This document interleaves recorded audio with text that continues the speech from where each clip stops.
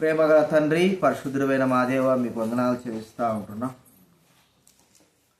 ఈ సమయంలో ప్రభా మీ సందాన్ని కోరి విలియం మీ సందాన్ని కోరి మాకు అనుగ్రహించిన పురాణం బట్టి స్తోత్రాలు ప్రభా. మరి మేము మీ సంఘంలో దించేటువంటి బాధ్యత మాకు ఇచ్చినందుకు వందనాలు చెల్లిస్తూ ఉన్నాం. మీ కృప, మీ దయ, మీ వాక్యాన్ని బట్టి వందనాలు. ఈరోజు మీ వాక్యం ద్వారా మాతో మాట్లాడుతున్న దేవా మీకు స్తోత్రం.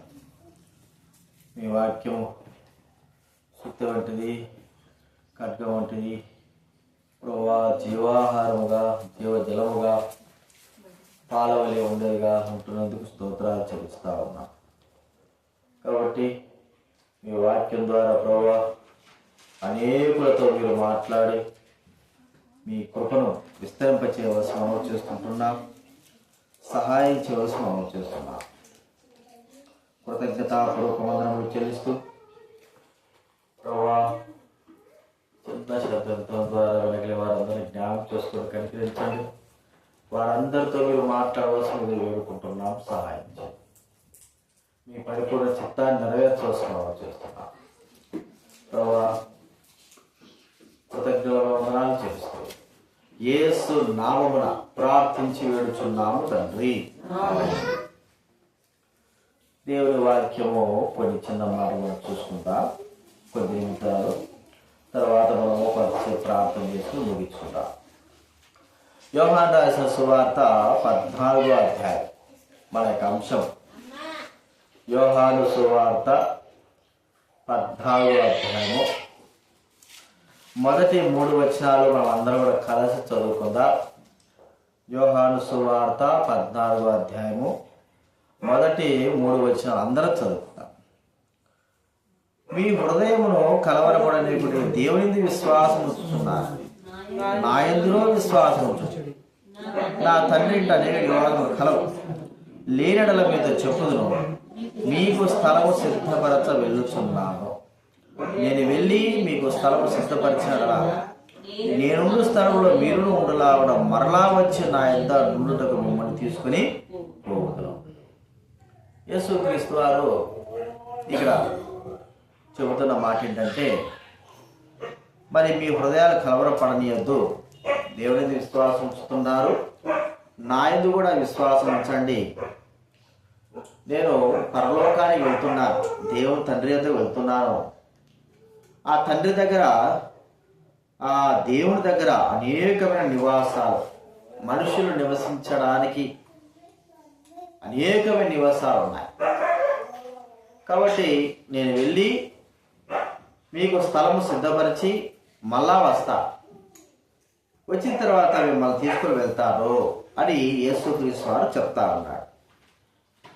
అంటే ఈ భూలోకంలో ఎలాగైతే మనుషులు నివసించడానికి ఏర్పాటు చేసుకున్న ఇల్లులు ఉన్నాయో, మరి పరలోకంలో కూడా అలాంటి ఇల్లులు ఉన్నాయి. అయితే భూలోక సంబంధమైనవి కావు. ఈ భూలోక సంబంధమైన ఇల్లులు ఎలాంటివంటే పడగొడితే పడిపోతాయి, వర్షం వస్తే పడిపోతాయి, తుఫాను వస్తే పడిపోతాయి. కొన్ని సంవత్సరాల తర్వాత అవన్నీ కూడా చీకిపోతాయి, మళ్ళీ కొత్తది కట్టుకోవాలి. అయితే పరలోక సంబంధమైనటువంటి ఇల్లు అలాంటివి కావు. అవి ఎలాంటివంటే బైబిల్ గ్రంథంలో ఉంది, ముత్యాలతో, రత్నాలతో, బంగారుతో చేయబడినటువంటి ఇల్లులు. మరి ఆ ఇల్లులన్నీ కూడా మానవులైన వారు, పవిత్రమైనటువంటి వారు, పరిశుద్ధమైన వారు, దాన్ని పొందడానికి అర్హత సంపాదించుకున్న వారికే ఆ యొక్క గృహాలు దేవుడు ఏర్పాటు చేశాడు. మనం అనుకోవచ్చు, మరి ఆ అర్హత ఎలాగ సంపాదించుకోవాలి? అర్హత లేకపోతే దేవుని రాజ్యంలో, దేవుని గృహాలలో మానవుడు ఉండడానికి అర్హత సంపాదించుకోలేకపోతే మానవుడు అందులోకి ప్రవేశించలేడు. కాబట్టి దేవుని రాజ్య ప్రవేశము మానవునికి అర్హతతో కూడుకున్నది. ఇది ఎలాంటి అర్హత? గదినాలు చూస్తూ వచ్చాం. ఏ మానవుడైతే పాపముతో జీవిస్తాడో, పాపములో ఉంటాడో, పాపముతో నడుస్తాడో, ప్రవర్తిస్తాడో, పాపము జరిగిస్తాడో, ఆ వ్యక్తి దేవుని రాజ్యంలో వెళ్ళడానికి యోగ్యత లేనివాడు.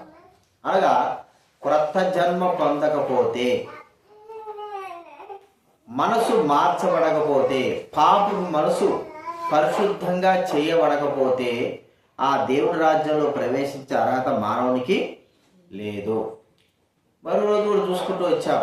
శరీర సంబంధమైన క్రియలు, శరీరానుసారం అనగా శరీర రీతిగా నడుచుకునేటువంటి వ్యక్తులు, శరీరము ఆధారం చేసుకుని పాపమును జరిగించే వ్యక్తులు ఎవరైనా సరే కావచ్చు, వారు దేవుని రాజ్యంలో ప్రవేశించడానికి అర్హత లేనే లేదు.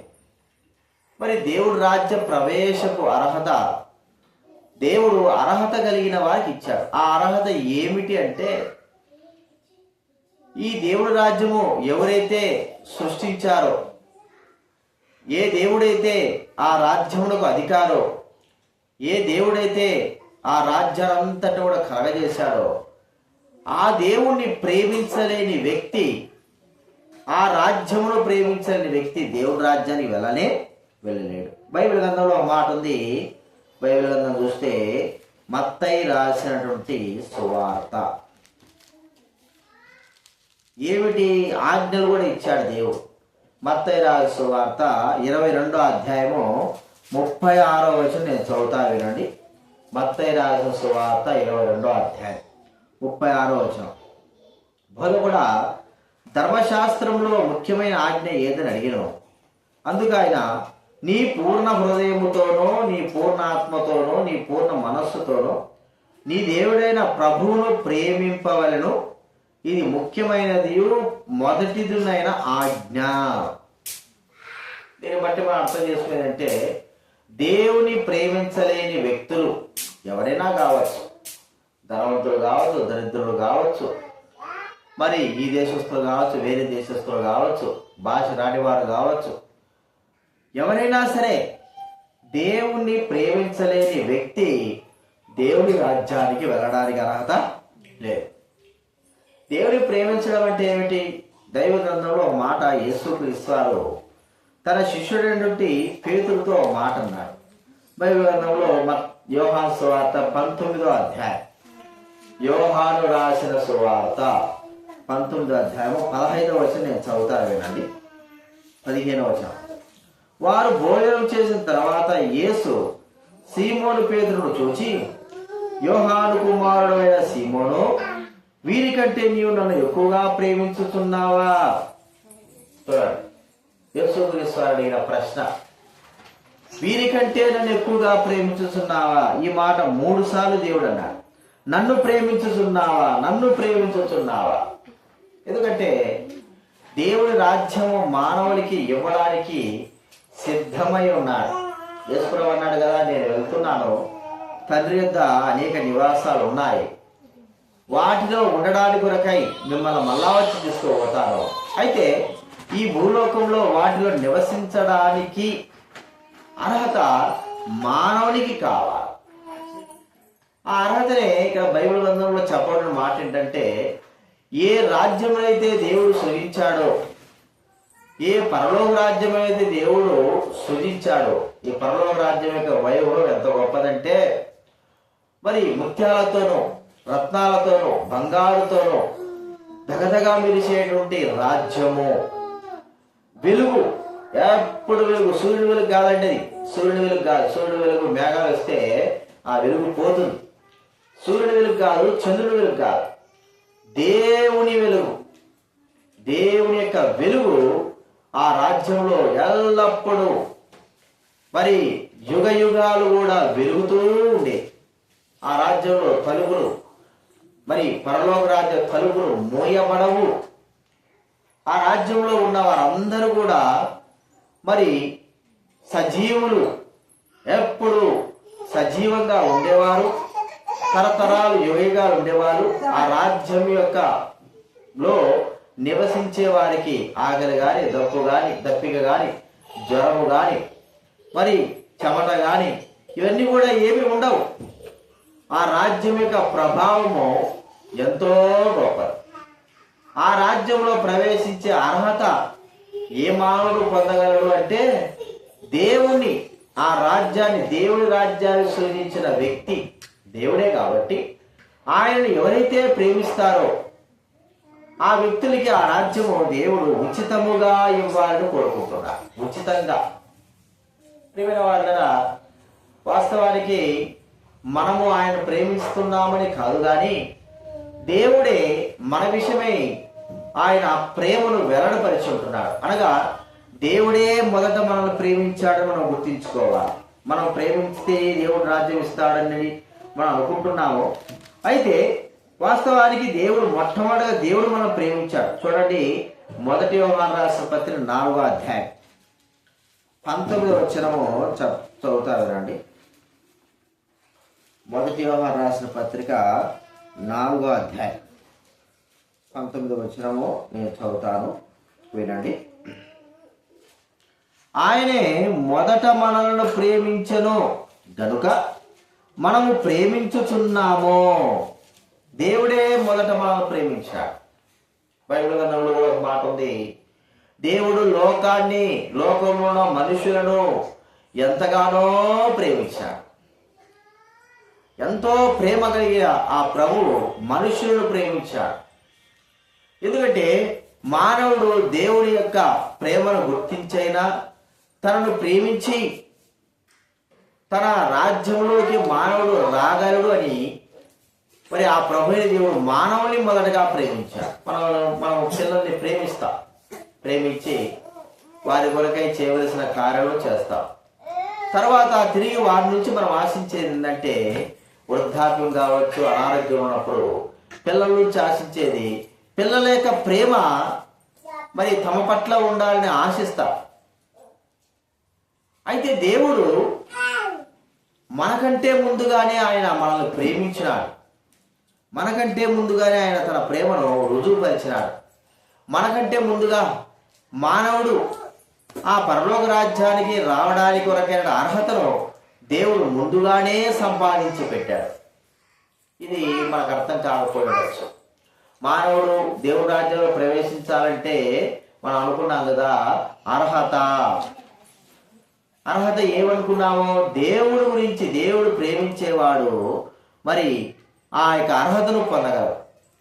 ప్రేమైన వారు ఆ లోకంలో ఎంతో మంది ఉన్నారు, దేవుణ్ణి ప్రేమించలేని వారు ఉన్నారు. కొంతమంది అయితే అసలు దేవుడు లేడు అంటున్నారు. దేవుడు అంటే కనబడచ్చు కదా అనేటువంటి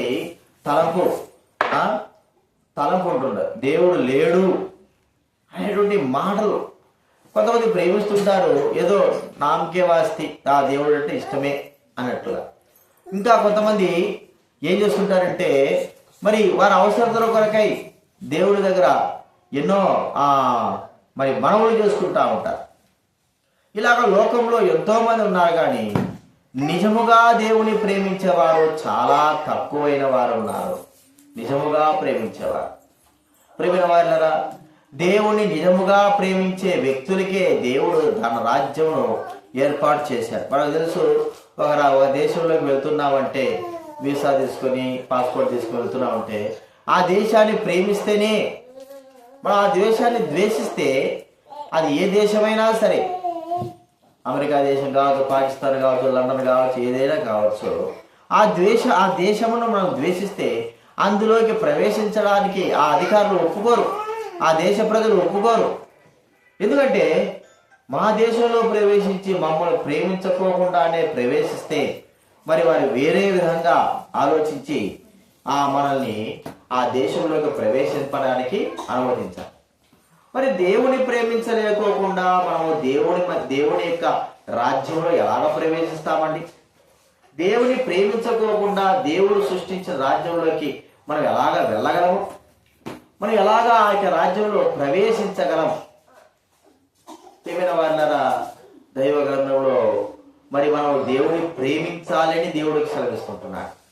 మరి మనం దేవుడిని ప్రేమించడానికి ఆ దేవుడే మనం మొదలు ప్రేమించాడు కదా, అది కూడా చదువుకున్నాం. ఎలాగ ప్రేమించాడు, ఎందుకు ప్రేమించాడు, ఆ ప్రభువైన దేవుడు మనం ప్రేమించడానికి గల కారణం ఏమిటి, ఆయన మనల్ని ప్రేమించి మన కొరకై ఆ ప్రభువైన దేవుడు చేసిన ఆ కార్యమును బైబిల్ గ్రంథంలో మనం చూస్తే, దేవుడు మనల్ని ప్రేమించడానికి గల కారణం ఏమిటంటే, మానవుడు దేవునికి వ్యతిరేకమైనటువంటి పాపము యొక్క క్రియలలో ఉంటున్నాడు. అంటే పాపం యొక్క ఆ వలలో, ఆ పాపం యొక్క స్థితిలో మానవుడు జీవిస్తా ఉన్నాడని బైబిల్ గ్రంథం మనకు సెలవిస్తారు. అంటే పాపం యొక్క భ్రమలో, ఆ వశములో ఉన్నాడని మనం చూస్తుంటున్నాం. ఎవరైనా ఏదైనా మందు తిన్నారనుకోండి, వారి వశంలోకి వెళ్ళిపోతారు. అనగా ఆ మందు యొక్క ప్రభావం, అలాగా వారు ఏదైతే చెబుతారో అదే చేస్తూ ఉంటారు.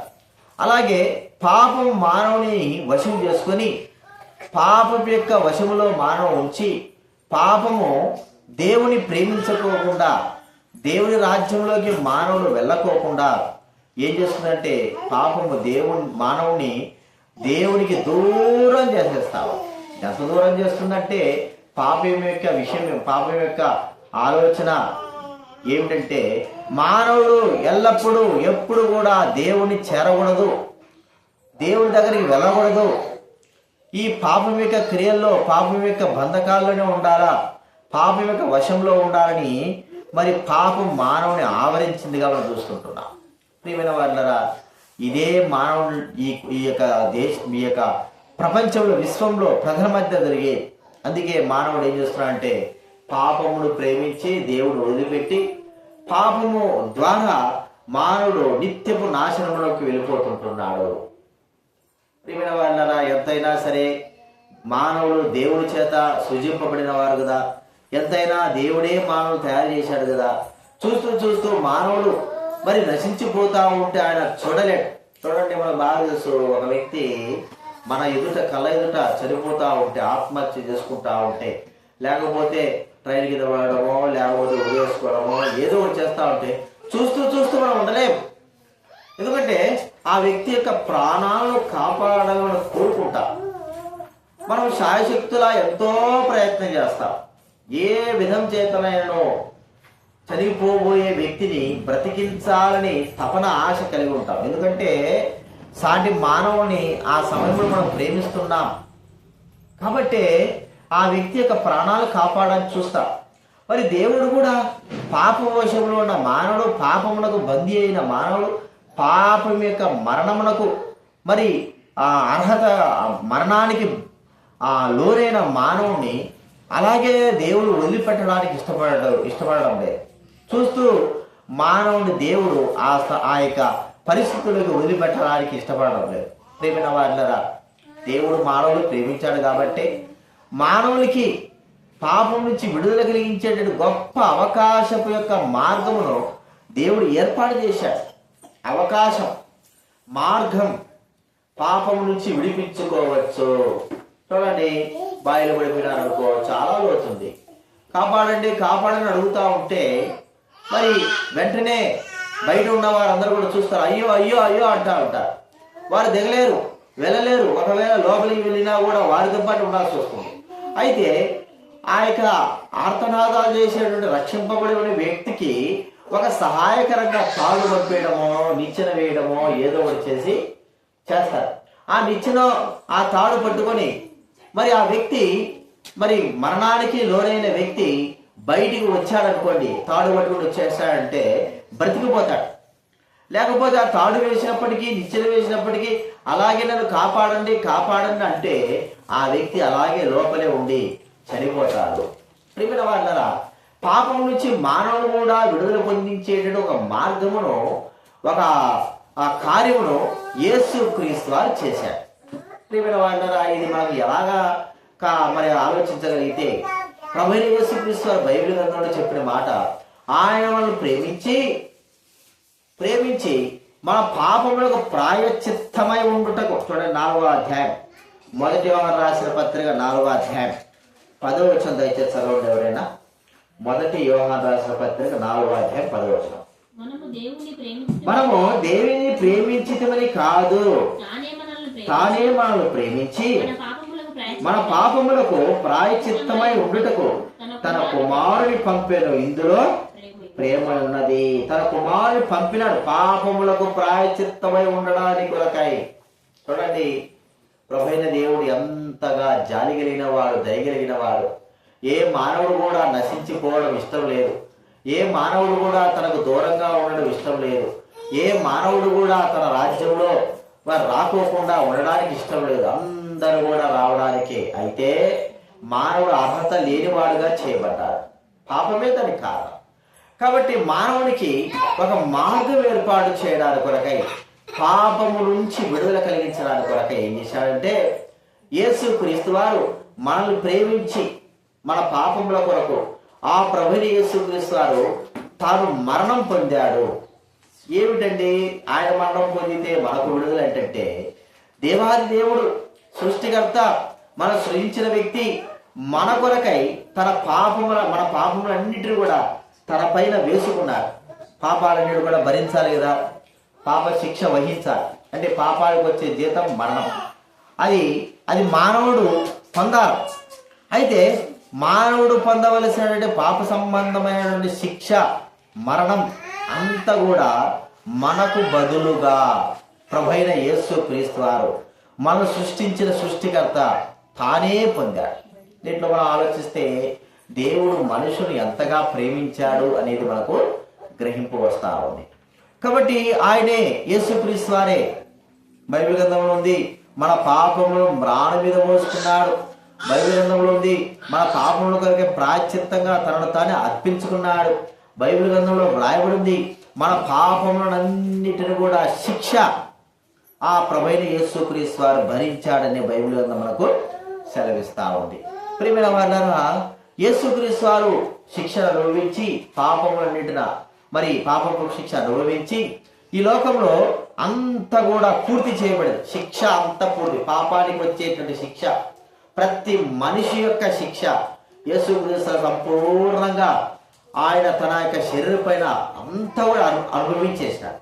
ఇక ఏ మానవుడు కూడా శిక్ష లేకుండా, ఆ పాపల గురించి శిక్ష లేకుండా ఆయనే భరించి చనిపోయి సమాధి చేయబడ్డాడు. ఇప్పుడు ఇంత భరించి శిక్ష అంతా భరించి చనిపోయి సమాధి చేయబడిన తర్వాత మన పాపాలు క్షమింపబడ్డాయి అనడానికి రుజువు ఏమిటి? ఎందుకంటే ఏ వ్యక్తి అయితే ఆ కార్యం చేసిన వ్యక్తి మళ్ళీ బ్రతికి నేను ఈ కార్యం చేశానని చెప్పగలిగితే మనకు సంపూర్ణమైన విడుదల కలుగుతుంది.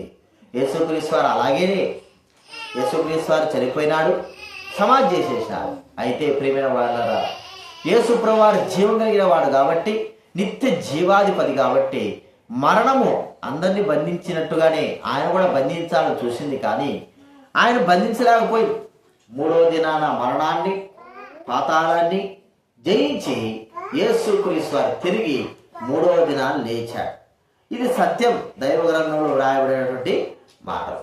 ఇప్పుడు ఆ ప్రభువైన యేసుక్రీస్తు వారు సజీవుడి చెప్తున్న మాట ఏంటంటే, మీకు పరలోక రాజ్యం యొక్క అర్హత కావాలి అంటే, పాపం నుంచి విడుదల పొందాలి అంటే, మీ పాప పరిహారం జరిగించిన నా మీద విశ్వాసం ఉంచుడి. అందుకే అన్నాడు యోహాను సువార్త 14వ అధ్యాయంలో మొదటి వచనం చూడండి. యోహాను సువార్త 14వ అధ్యాయం, మీ హృదయమును కలవరపడనీయకుడి, దేవుని యందు విశ్వాసం ఉంచుతున్నారు, నా యందును విశ్వాసము ఉంచు. దేవుని ఏం చేస్తున్నారంటండి? నా యందు కూడా, అంటే యేసు ప్రభువు చెప్పిన మాట, నా యందు విశ్వాసం ఉంచండి, నేను మీ పాపములను, అపరాధములను, దోషములను అన్నిటిని కూడా నేను తీసివేస్తానని యేసుక్రీస్తు వారు చెప్తా ఉంటున్నాడు. ఇప్పుడు మరి దేవుని రాజ్యంలో ప్రవేశించే అర్హత మానవునికి సంపూర్ణంగా కలిగింది. ఏ మానవుడైతే దేవుని ప్రేమిస్తాడో ఆ వ్యక్తి తన పాపముల నుండి తనను విడుదల పొందించడానికి యేసు ప్రభువును అడుగుతాడు. ప్రభువా, నేను నిన్ను ప్రేమిస్తున్నాను, నన్ను నువ్వు ప్రేమించి నా కొరకే సమస్తాన్ని అర్పించినావు, నేను కూడా నిన్ను ప్రేమిస్తున్నాను, నా పాపములు క్షమించు, నా అపరాధములు క్షమించు అని మనం ఎప్పుడైతే అడుగుతామో, విశ్వసిస్తామో, నమ్ముతామో, ప్రియమైన వారులారా, మన పాపములను యేసుక్రీస్తు వారు క్షమిస్తాడు. ఏ మానవుడి యొక్క పాపములు క్షమింపబడతాయో, ఏ మానవుడైతే దేవుని ప్రేమించి తన పాపం నుంచి విడుదల పొందుతాడో ఆ వ్యక్తి దేవుని రాజ్యానికి మానవుడు వెళ్ళగలడు. ప్రేమైన వాళ్ళరా, దేవుడిని ప్రేమించేవారు తన పాపం నుంచి విడుదల పొందగలరు. ఇది నాన్న, నీ జీవితంలో పాపం నుంచి విడుదల పొందగలవా? పాపం నుంచి నీవు మరి విడుదల పొందడానికి నీకు ఇష్టం ఉందా? దేవుడి రాజ్యంలో ప్రవేశించే వ్యక్తి దేవుని ప్రేమిస్తేనే గాని దేవుడి రాజ్యంలో ప్రవేశించలేదు. ఆ దేవుని ప్రేమించి, ఎందుకు ప్రేమించాలంటే మన పాపముల కొరకై యేసుక్రీస్తు వారు మనల్ని ప్రేమించి మన కొరకే ఆయన చనిపోయినాడు. కాబట్టి మనము దేవుని ప్రేమించవలసిన వారంగా ఉంటున్నాం. ఎందుకంటే దేవుడి సన్నిధిలో మనము నిత్యం ఉండాలి. ఆ దేవుని ప్రేమించిన వారంగా దేవుడి దగ్గర నిత్యము జీవిస్తూ ఉండాలి. అప్పుడే గాని మనము మరి దేవుడి సన్నిధిలో మనం ప్రవేశించలేము. ఎందుకంటే దేవుని ప్రేమించిన వాడు దేవుని దగ్గర ఉంటాడు. దేవుని ప్రేమించేవాడు దేవుని సన్నిధిలో ఉంటాడు. దేవుని ప్రేమించేవాడు దేవునితో పాటు ఉంటాడు. ప్రియమైన వాళ్ళరా, అలాగ మనము దేవుని ప్రేమించాలి. ప్రేమించగలుగుతుంటున్నావా? ఈ రాత్రి కాల సమయంలో దేవుడు మనతో మాట్లాడుతుంటున్నాడు. నీవు దేవుని ప్రేమిస్తే ఆ దేవుని దగ్గర నువ్వు సంపూర్ణంగా సదాకాలం ఉండగలవు. నీవు ప్రభువైన యేసుక్రీస్తు వారిని ప్రేమిస్తే ఆ యేసుక్రీస్తు వారు నిత్యము జీవించినట్లుగా నీవు కూడా జీవించగలవు. నీవు యేసుక్రీస్తునందు విశ్వాసం నుంచి ప్రేమిస్తే ఆయనతో పాటి ఆ పరలోక రాజ్యంలో నివసించగలవు. యేసుక్రీస్తు వారిని నువ్వు ప్రేమిస్తే నిత్యము ఆయనతో పాటు ఉండడానికి అర్హత నీకు కలుగుతుంది. ఇది దేవుని ప్రేమించిన వ్యక్తి యొక్క జీవితంలో జరిగేటువంటి కార్యము. కాబట్టి ప్రేమైన వారిని మనం ఒకసారి గుర్తించుకుందాం. ఈ యొక్క రాత్రికాల సమయంలో నీవు దేవుని ప్రేమిస్తావా? ఆయన ప్రేమించిన వారికే ఆ రాజ్యము, దేవుడి రాజ్యం యొక్క గొప్పతనము దేవుడు తెలుపుతా ఉంటున్నాడు. ఆ రాజ్యం యొక్క గొప్పతనం ఎంతో మరి గొప్పది. కాబట్టి ఆ ప్రభువైన యేసునందుని విశ్వాసం ఉంచి ప్రేమిస్తే నిత్యత్వ రాజ్యంలో నీవు ప్రవేశిస్తావు. కాబట్టి మీ నిమిత్తం కూడా మేము ప్రార్థిస్తాము. ప్రార్థన చేసుకుందాం. ప్రేమగల తండ్రి, పరిశుద్ధమైన దేవా, పరలోక రాజ్యానికి వెళ్ళిన ప్రభువా, మీరు మళ్ళా వచ్చి మమ్మల్ని తీసుకుని వెళ్తా ఉన్నావు తండ్రి. మరి మా కొరకై ఏర్పాటు చేసిన రాజ్యంలో మేము ప్రవేశించాలంటే మిమ్మల్ని ప్రేమించాలన్నావు. దానికంటే ముందుగా మమ్మల్ని మీరు ప్రేమించి మా పాపముల కొరకే ప్రాయశ్చిత్తంగా మిమ్మల్ని మీరు బలిగా చేసుకున్నావు, అర్పణగా చేసుకున్నావు. అందును బట్టి స్తోత్రాలు నాయనా. నిజంగా మీరు ప్రేమించిన విధానం ఎంతో గొప్పది. మానవులను విడుదల చేయడానికి మానవుల యొక్క పాపములను మీరే భరించి, పాప శిక్ష మీరే వహించుకొని, మరణములు కూడా మీరే పొంది, మానవులు కేవలం విడుదల పొందడానికి కొరకై నమ్మితే నిత్య రాజ్యంలో, మోక్షంలో, పరలోకంలో ప్రవేశించేటువంటి అర్హతను, ఆ బాధ్యతను ఏర్పాటు చేసినందుకు స్తోత్రాలు తండ్రి. ఎంతమంది అయితే హృదయపూర్వకంగా మిమ్మల్ని ప్రేమించడానికి ఇష్టపడుతున్నారు ప్రభువా, మరి వారందరూ కూడా రక్షించాలి. మీరు మేము ప్రేమించడానికి ఒకటే ఒక కారణం, మా పాపాల కొరకే చనిపోయారు. దేవుడి రాజ్యంలో ప్రవేశించే మార్గం ఏర్పాటు చేశారు. కాబట్టి ఆ రాజ్యం యొక్క మార్గం బట్టి వారందరిని బట్టి మీకు స్తోత్రాలు. రక్షించండి, కనికరించండి ప్రభువా. మీది విశ్వాసం ఉంచి బిడ్డలుగా చేయండి. వారి వారి కుటుంబాలు ప్రభువా, ఎవరైతే ఉన్నారో అందరి కుటుంబాన్ని, ఈ ప్రాంతం యొక్క అందరి కుటుంబాన్ని మీరు దీవించి ఆశీర్వదించండి. ఫలింపు చేయండి. పిల్లల్ని, పెద్దల్ని, వృద్ధుల్ని, యవనస్తుల్ని అందరూ కూడా మీరు దీవించండి. అనారోగ్యం ఉన్న వారి ప్రభువా, వారికి ఆరోగ్యంతో నింపండి. సమస్యలు ఉన్న వారి సమస్యలు తొలగించండి. పరిస్థితులు బాగా వారికి కృప చూపండి తండ్రి. మీ యొక్క శాంతి, సంతోషం, ఆనందం మానవ హృదయాల్లో మీరు దయచేయండి ప్రభువా. నెమ్మదితో ప్రజలందరూ కూడా మీరు దీవించి ఆశించున్నాయన. వారి పనులలో మీరు తోడైనాడు. వారి పంటలని, పశువుల్ని అన్నిటిని కూడా మీరు దీవించి ఆశీర్వదించవలసిన చేస్తుంటున్నారు. మీరు దీవించే దేవుడు కాబట్టి వారు దీవించారు. అంతకంటే ముఖ్యంగా మీరు వారిని ప్రేమించాలనే సత్యం ప్రజలందరూ కూడా గ్రహించుటకు అనుగ్రహించు నాయన. వారి కొరకే లోకానికి వచ్చామని గుర్తించుటకు అనుగ్రహించు ప్రభువా. వారి హృదయపు వాకిల్ని తెరవండి, రక్షణాకారం జరిగించాలి, జీవితాలు మార్చాలి.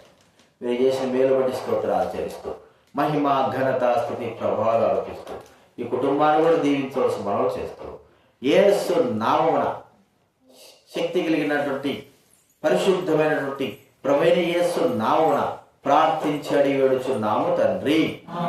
ఆమేన్. తండ్రి దేవుడు ప్రవేశిస్తారు ప్రభువు పరిశుద్ధాత్మ సహవాసం చేరవచ్చిన మనకు సకల పరిశుద్ధులకు ఇప్పుడెల్లప్పుడు సదాకాలం తోడైండు గాక.